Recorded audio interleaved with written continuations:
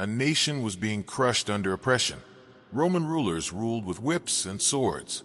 Foreign laws controlled their cities. The people of Bani Israel cried out, "O Allah, save us!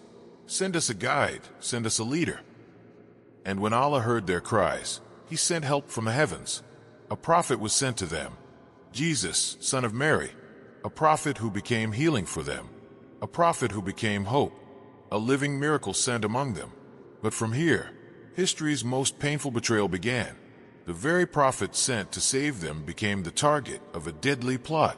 What was coming was not just an execution. It was one of the greatest deceptions in history. So the question is, the prophet they came to kill, where did he go? And the one who suffered on the cross, who was he really? Jerusalem, Beit el-Maqdis, the city where the voices of prophets once echoed, where the fragrance of prayer filled the air, and where Roman flags now flew high. It was the city of Bani Israel, but the rule belonged to the Roman Empire. You must accept Roman slavery. This decision is final. Roman soldiers filled the streets. Oppression was common. Justice was expensive. And speaking the truth was a crime. Under Roman law, Bani Israel were only breathing. Living was not in their control. In this dark time, Allah began His chain of mercy. Zakariya, peace be upon him, was a prophet, and the guardian of Mary, peace be upon her. One day, Zakariya entered the prayer chamber and saw provision with Mary that could not be found anywhere in that land. He asked, "O Mary, where did this come from?" She replied, "This is from Allah." At that moment, Zakariya's faith grew even stronger.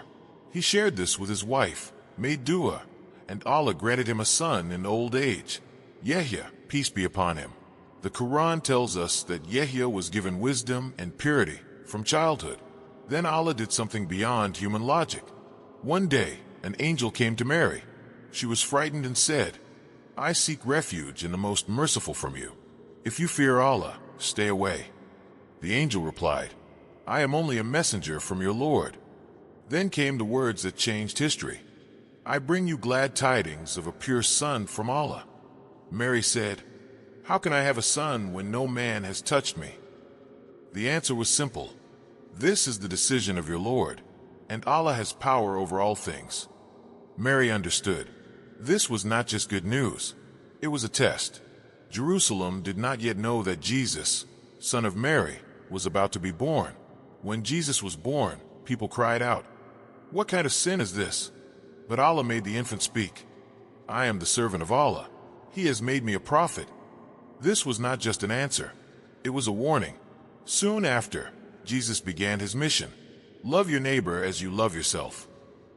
He traveled from city to city, from village to village, calling people to the truth. Allah is one. You are His servants. Worship Him alone. Some sincere followers joined Him, not for wealth, but for truth. When Jesus showed miracles, when He shaped birds from clay, and they came alive, when the blind began to see, when the dead were raised by Allah's permission, people turned toward the path of Allah. Relief spread among the masses. They believed Allah had sent His prophet to guide them, but the hearts of the leaders hardened. They said, "Yahya is already pulling people away from us. Now these miracles of Jesus are doing even more damage. Our authority is in danger." According to Tafsir ibn Kathir, Jewish leaders went to Roman rulers and said, "Yahya and Jesus are leading rebellion. They claim kingship." It was a lie, but a Roman sword only needs an order. The governor asked, "What do you want?" They replied, "Arrest them." Yahya, peace be upon him, was speaking against oppression and immoral power, so he was imprisoned and executed publicly. The city fell silent. A man ran to Jesus and said, "Your cousin Yahya has been killed." Jesus understood. A conspiracy had begun against him as well. Once again, the decision to kill a prophet was being written. Faces wore garments of piety, but hearts were filled with jealousy and blood. "He has gone too far," they said. "People now call him a prophet. If he lives, our courts and authority will collapse." They knew the truth, but they hid it. They said, "Jesus will meet the same fate, but we will not stain our own hands." A plan was made. A report was written. Jesus, son of Mary, is a threat to the nation. The seal was placed. The verdict was announced. That court had no justice, no mercy, only fear and hunger for power. The Quran says, they killed prophets unjustly. That night, not just a document left the court, a path to another prophet's blood was written. They believed this time Jesus would not escape, but they forgot the Lord who protected Mary, answered Zakariya's prayer, and kept Yahya alive in hearts even after martyrdom. That Lord had not sent Jesus only to be killed. That night, Jesus sat with his few loyal followers. He said, "Tonight, one of you will betray me." Faces changed. He said, "He is sitting among you."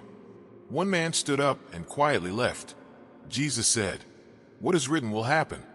Allah revealed, "Oh, Jesus, I will raise you to myself and purify you from the disbelievers." Jesus said, "After me, a prophet will come. His name will be Ahmad." Suddenly, soldiers arrived.